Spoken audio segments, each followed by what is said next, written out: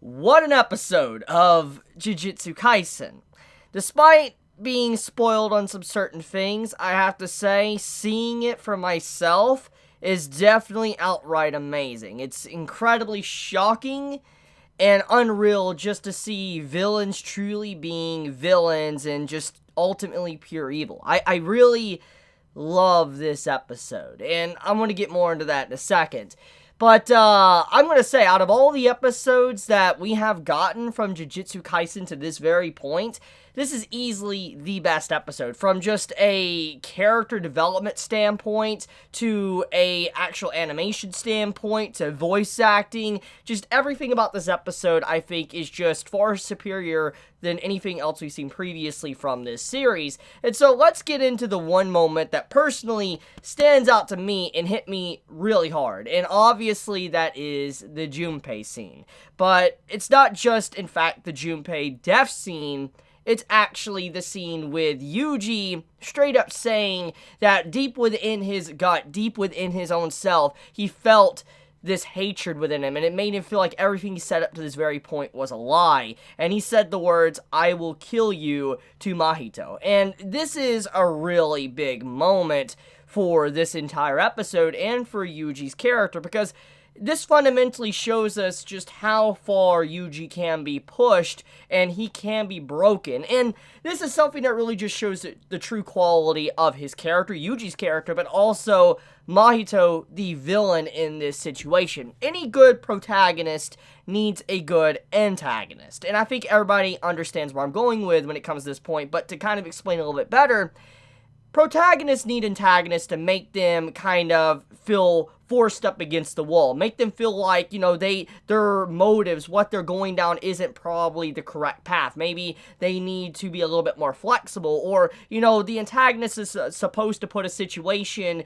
in front of the protagonist like, hey, look, your will, your iron will and ideologies can be broken. They're very flawed. And that shows just how high quality Mahito as an antagonist is for this arc. And I love that. I love this episode for everything it stands for, because he was able to push Yuji to such a point that Yuji literally fundamentally had the lines blurred between what potentially is life and death. And that's it calls back to the previous episodes, that Yuji doesn't want to take someone's life. He says he doesn't want to do that. He doesn't want to have to do that. Maybe one day he would have to, but he doesn't want to do that because he feels like if he did that, life and death, he would lose, meaning the lines would be blurred quite a bit. And when he said that to Mahito, like, "I will kill you," even if Mahito is a spirit and is technically being exorcised, it doesn't mean that the words that Yuji said doesn't count. Like, it really does count. It shows that Yuji can be pushed to the breaking point, that if he harbored enough hatred for an individual, he would potentially kill them. And now I'm starting to see why people said that Jujutsu Kaisen is definitely connected to Hunter x Hunter. Like, there's a lot of just nods to Hunter x Hunter. This entire stuff going on with, Yuji reminds me a lot of certain characters in Hunter x Hunter and what was forced upon them, what they had to do to be able to get certain things done, to show the true capacity of what they really would do, even if they potentially are on the side of good. I like this episode. It's fantastic in terms of just character development alone. But let's go one step further, really dive into what truly makes this episode even better than it already is. It's also the fact that just the clever planning of Mahito and how he manipulated everything behind the scenes to force Yuji to do what he did, to get this overwhelming anger and rage. And he used Junpei to get to Yuji. He set all this up, put all the cards on the table, and just rip Junpei away from Yuji. And that scene where Yuji actually vividly sees in his own mind, his friends together, and Junpei is there being Jujutsu sorcerer, it's even more heartbreaking to see that scene. It shows a dream that never will be. And you have Mahito that purposely set all this up for this to happen. And when he starts to giggle and laugh, and then you see, Yuji, he starts to break down. He's like, "Sukuna, I'll do anything. I'll do whatever. It doesn't matter just heal Junpei, and Sukuna starts to laugh at him as well, and you see both of these cursed spirits laughing at them. That really goes to show you just how fundamentally different this series is. I talked about this previously in other episodes, but now seeing just the events of this episode, it reveals the fact that Jujutsu Kaisen isn't a series that is going to hide behind standard shonen cliches. It's not going to hide behind villains being used as a plot device, or let's say an inner beast, demon, whatever, inside of the MC being used as a plot device to be able to help out the MC. For instance, let's think about, the nine-tailed fox in Naruto. I'm not putting down Naruto for any means. It was really good for its time when it came out, but what I'm getting at is that you have Sukuna that is not being used to that same extent. Sukuna is just straight up evil. He is not someone that is going to lend a hand to Yuji whatsoever, and since he already made a pact behind closed doors and, Yuji doesn't even remember it, he has no reason to help out Yuji anymore. The only reason he would ever appear is if Yuji legitimately is about to die, and he would just jump in and probably do what he needs to do, and then we probably would know the rest. The point I'm getting at, though, is that Sukuna is not going to be used as a plot device. That's clearly what this episode is trying to let us know, is that Yuji cannot rely on him. He is a cursed spirit. He is the king of curses. He is evil itself, evil incarnate, and no matter what, he will not do anything to help you out. I truly appreciate that direction, because now we can have some really good tension later on down the road, where Yuji really has to overcome the odds by himself. He can't overly rely on Sukuna. However, Sukuna will intervene if it actually messes with his overall ego. For instance, Mahito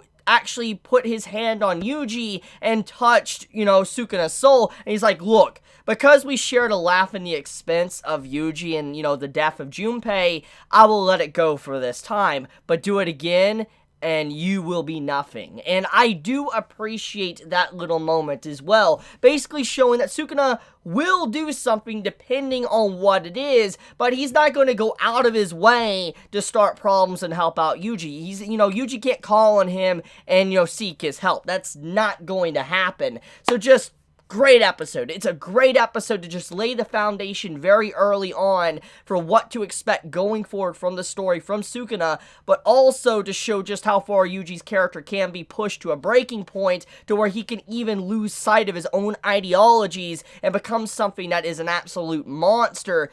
Great.